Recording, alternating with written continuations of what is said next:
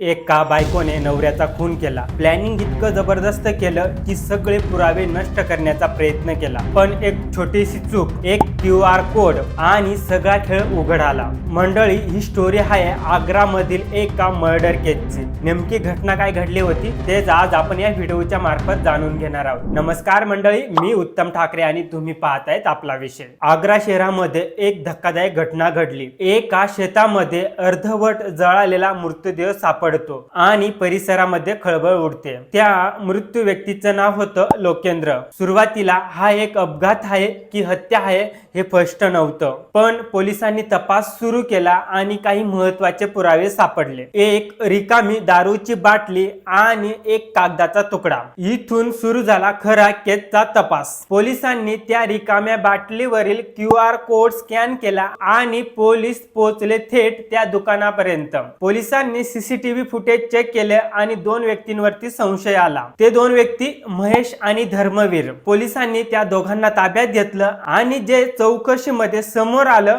ते अजून धक्कादायक होतं मंडळी. जो महेश होता त्याचा लोकेंद्रच्या पत्नीशी अनैतिक संबंध होते. त्यांचं अफेअर सुरू होतं. लोकेंद्रला याची माहिती मिळाली, त्यानंतर त्याने विरोध केला, पण पत्नीचे जे महेश बरोबर संबंध होते ते थांबले नाहीत.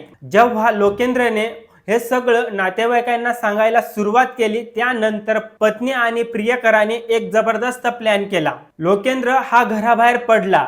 त्यानंतर त्याला त्या तिघांनी अडवलं आणि एका शेतामध्ये घेऊन गेले. त्या ठिकाणी त्याला खूप जास्त दारू पाजली आणि त्याचा गळा दाबून खून केला. त्यानंतर पुरावे नष्ट करण्यासाठी त्यांनी त्या मृतदेहावर पेट्रोल टाकलं आणि जाळण्याचा प्रयत्न केला. मंडळी, त्यांनी हा प्लॅन दुष्यम चित्रपटातून प्रेरणा घेऊन तयार केला होता. पण त्यांची एक छोटी चूक झाली. त्या बाटलीवरील QR कोड याच्याकडे त्यांचं लक्ष गेलं नाही आणि हाच QR कोड त्यांचं अटकेचं कारण ठरलं. मंडळी, पोलिसांनी त्या तिघांना अटक केलेले. या प्रकारे पोलिसांनी हा खुनाचा पर्दाफाश केला. क्राईम कितीही प्लॅन करून केला, पण एक छोटीशी चूक सगळं काही उघड करू शकतं. मंडळी, तुम्हाला या घटनेबद्दल काय वाटतं कमेंट बॉक्समध्ये व्यक्त व्हा. तुम्हाला हा व्हिडिओ कसा वाटला ते देखील सांगा. मंडळी, तुम्ही अजून पण आपल्या चॅनलला सबस्क्राईब केले नसेल तर चॅनलला सबस्क्राईब करा. भेटू पुन्हा आपण नवीन अशाच एखाद्या व्हिडिओमध्ये. तोपर्यंत धन्यवाद.